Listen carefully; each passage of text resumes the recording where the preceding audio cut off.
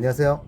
네, 안녕하세요, 오렌지님. 네, 김우마이님. 네. 네, 잘 지내셨어요? 날씨 많이 덥죠? 네, 많이 덥습니다. 네. 자, 미래 사회에 대해서 이제 지난번에 좀 이야기를 하려고 했는데 그 중에서 네. 그 학생들이 보통 이제 요즘에 이제 그 고등학교, 중학교, 초등학교 네. 이런 이제 학생들을 보면 네.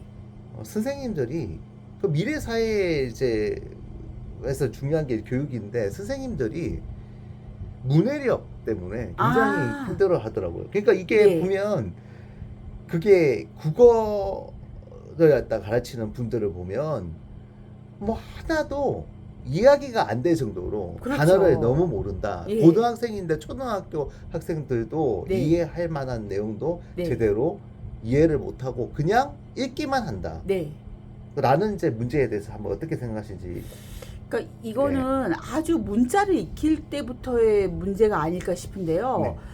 특히 요즘 아이들은 거의 태어나면서부터 막 유튜브로 자기 출생 신고하는 것 같은 거가 막 코믹하게 뭐 그려지기도 했었는데 휴대폰을 가까이 하면서 책을 멀리하게 되고 근데 그런 어린애들한테 책을 읽으라고 강요하기에는 성인인 부모들도 이렇게 휴대폰으로 뭔가를 보고 있고 막 이러거든요. 그러니까 부모 세대가 성인 세대가 제대로 책을 문자로 안 읽고 있는데 어린 아이들에게 이걸 읽으라라고 할 수 없으니까 아이들이 점점 축약 용어에만 익숙해져 있고 옛날 뭐 한자 성어나 아니면 우리말의 상당 부분이 한자어가 많잖아요. 근데 오렌지님이 보시기도 아이들이 그런 단어를 접하지 않으니까 당연히 수업 시간에 들어도 모르고 책 읽어도 모르고 뉴스나 언론에 나와도 모르는 거 아닐까요? 하기야. 근데 그 부모들도 사실 이제 통지문 같은 거를 받으면 그 통지문에 대해서 제대로 이해를 하지 못하고 네.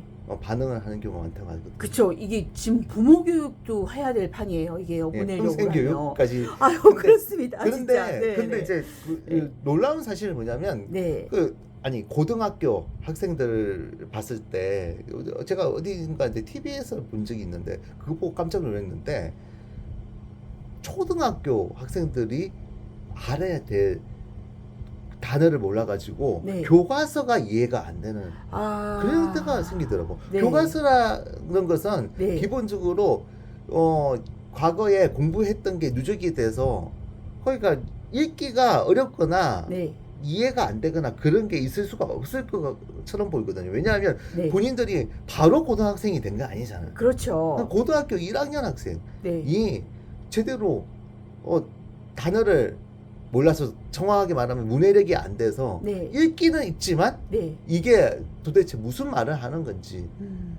알기가 힘들 정도 네. 그 정도 된다는 사실이 참 희한합니다. 그리고 이게 뭐 예를 들어서 용비어천가라든지 이런 네. 고 말도 아니고 네. 그냥 단순한 내용들이 네. 그러니까 국어의 단순한 내용 네. 뭐 예를 들어서 뭐 소설이라든지 네. 아니면 수필이라든지 이런 거에 대해서 네. 그 중간중간에 단어가 전혀 이해가 안 되는 부분 네. 그 부분이 참 웃긴 이야기죠 사실.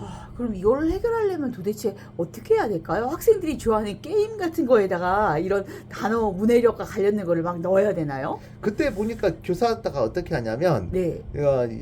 그 솔직하게 이해가 안 되면 손을 들어라 단어에 대해서. 그래서 손을 들어서 그 손을 많이 드는 단어에 대해서는 교사가 설명해 주더라고요. 아. 그런데 본인이 설명해 주고 네. 지금 본인이 고등학생을 가르치는 건지 초등학생을 아. 가르치는 건지 이해가 안 될 정도의 아. 상황일 거라 생각합니다. 되게 웃긴 상황이죠. 그러면 어려운 그런 한자어나 아니면 어쨌든 학생들이 좀 익숙하지 않은 문장 같은 경우는 선생님들이 학생들이 모를 수도 있다라고 생각해서 아니면 방송이나 이런 TV 뭐 언론 매체에서도 좀 어렵다 싶은 말은 아예 풀어서 처음부터 설명해주는 그런 식으로 접근해야 될까요? 근데 풀어서 쓴 말조차도 아, 이해가 안 될 수가 있다는 그렇죠. 그런 상황이. 예, 난감하네요. 네. 예. 게다가 국어만 문제일까요? 국어만의 문제는 아닐걸요. 국어와 사회, 역사 이런 거는 다 모두 연결돼 있잖아요. 더 충격적인 거 얘기해 드릴까요? 어떤 건데요, 오렌지님?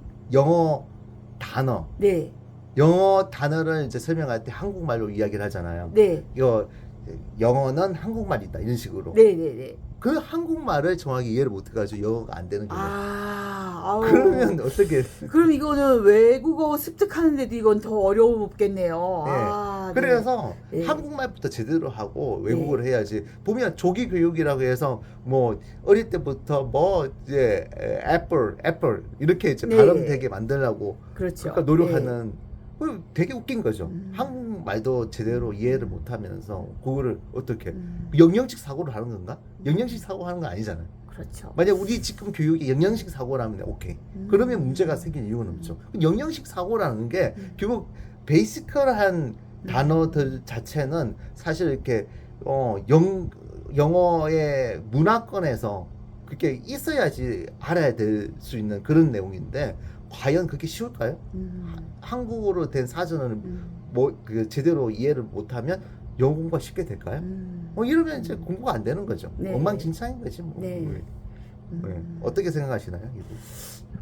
맞는 말씀이신 것 같습니다. 그럼 이제 미래 사회에 대해서 교육에 대해서 말씀하셨는데요. 네. 그러면 오렌지님 다음 시간에는 미래 사회에 뭐 오락 문화나 이런 어떤 그런 스포츠 문화 혹은 아니면 뭐 사람이 늘 질병 건강 이런 거에 관심이 있으니까 그거를 다음 네. 시간에 하지 말고 지금 이야기해 보시죠. 아 지금 얘기해 볼까요? 네, 그러면 이야기해 보시죠. 그럼 오렌지님 제가 생각하기로는요. 네. 요즘 이렇게 뭐 이렇게 비대면 진료 이런 걸 보면서 저는 마치 제가 읽었던 책 중에서 중세 시대 때 특히 이제 여성에 대해서 진료를 할 때 남자 의사가 인형을 꺼내놓고 선생님 이 팔이 아파요, 이 다리가 아파요 이렇게 인형의 특정 부위를 찌르면서 얘기하는 그런 간접 진료를 했다고 하거든요. 그래서 요즘에 나오는 그런 비대면 진료의 시기 이런 게 마치 이게 인간이 새로운 문화를 계속 만들어내는 것 같지만 어찌 보면 예전에 살았던 생활을 일부 계속 답습하는 그런 모습을 그럴 수 있겠네요. 느껴지는데 그럴 수 있겠네요. 오렌지님 그러니까 어떻게 생각하세요? 그 보면 네. 이제 로마 제국이 오랫동안 이제 형성되어 왔잖아요. 그 로마 제국에서 있었던 그런 문화들 네. 상당수가 그러니까 지금 현재에 새롭게 나타나는 이제 문명과 네. 맞닿아 있다. 뭐 그렇죠. 그런 이야기도 있죠, 사실. 네, 네. 그리고 그때 당시 그 수세식 화장실 네. 있었어요. 네, 네. 되게 또 저도 깜짝 놀랐는데 수세식 화장실이 있는데 그게 현대의 수세식 화장실하고 거의 비슷한 거예요. 그렇죠. 근데 그 사이에 우리는 퍼세식이라고 들어보신 적이 있으신가요? 네, 네. 예를 들어서 화장실 이용하면 네. 아래가 빠지면 네. 위험할 정도의 네, 뭐 네. 그런 거를 사용하기 이전에 수세식 화장실이 있었다는 게 자체가 네. 그러면 이제 그런 부분이 사실 과거의 내용들이 뭐 똑같지는 않겠지만 어느 정도 모양이 쭉 미래 발전에 진보되는데 도움이 되는 게 아닌가 싶습니다. 네. 자, 그리고 미래 사회에 자동차는 어떻게 될 것 같아요? 그 미래 사회 과연 그러면은 이 사람이 직접 운전대를 잡지 않고 뇌파로만 운전하고 이게 지금 자율주행 이런 거가 아직도 언론에서 아직까지 원하는 수준이 안 된다. 전기차 문제 있다. 뭐 이런 얘기 계속 나오는데 이게 과연 공상과학 소설이나 미래 예측 소설에 나오는 것처럼 그런 어떤 도로나 자동차 상황이 만들어질지 저는 절대로 안 됩니다. 왜 그러냐면 제가 생각할 때는 네. 뭐냐면 자 보세요. 이게 우리나라만 봐도 자동차가 만약에 바퀴 없이 좀 날아다니는 차가 있다고 생각해 보자고요. 네. 근데 기존의 차를 확 없앨 수는 없을 거거든. 네. 그게 이제 기존의 상황에서 약간씩 달라지는 건 가능해도 네. 바퀴 없는 차가 갑자기 생기는데 바퀴 있는 차하고 같이 동행하기에는 환경이 그건 아니란 거죠. 게다가 사실 뭐 어떠한 이제 자율주행이라든지 이런 것들이 문제가 생길 수밖에 없는 게 뭐냐면 일단 사람이 운전하는 차들이 다니면 네. 그게 서로 그게 아닌 차와 반목이 되기 때문에 분명히 문제가 생긴다는 거죠. 사고가 나고 사고 나면 누구 책임이에요? 그리고 언론에서 봤을 때는 경부고속도로나 중부고속도로 같은데 위에 2층으로 만들어서 그 2층을 아우토반처럼 쓰자 뭐 이런 그런 어떤 내용 제가 봤을 때는 그거보다 그 아이디어는 썩 좋은 것 같지 않고 네. 차라리 요즘에 그 어찌 보면 가장 큰 문제는 초대형 그 트럭이에요. 아. 트럭을 네. 그 사람 없이 근데 네. 이게 진짜 뭐 건설 노조나 이런 데서 막 네. 반발할지는 모르겠지만 사실은 어떻게 네. 되냐면 아예 무인으로 운전하는 그 네. 시스템 있잖아요. 네, 그거를 그 전용 도로를 만드는 거야. 아. 그래서 그 도로는 네. 그러니까 사람이 운전을 하는 게 아니라 네. 뭐 초기에는 예를 들어서 뭐 자 다른 그 운전사들이 거주하는 네. 그러니까 뭔가 사무실 네. 오피스에서 운전하고 네. 그거를 신호를 받아서 네. 자율주행 트럭들이 네. 움직이는 형태가 된다면 아. 그러면 안전하고 좋겠죠. 그리고 지금 보면 자 보세요. 그 물리적으로 봤을 때 F는 MA입니다. 그래서 네, 네. 결국은 트럭이 아무리 정지를 하려고 해도 바로 앞에 네.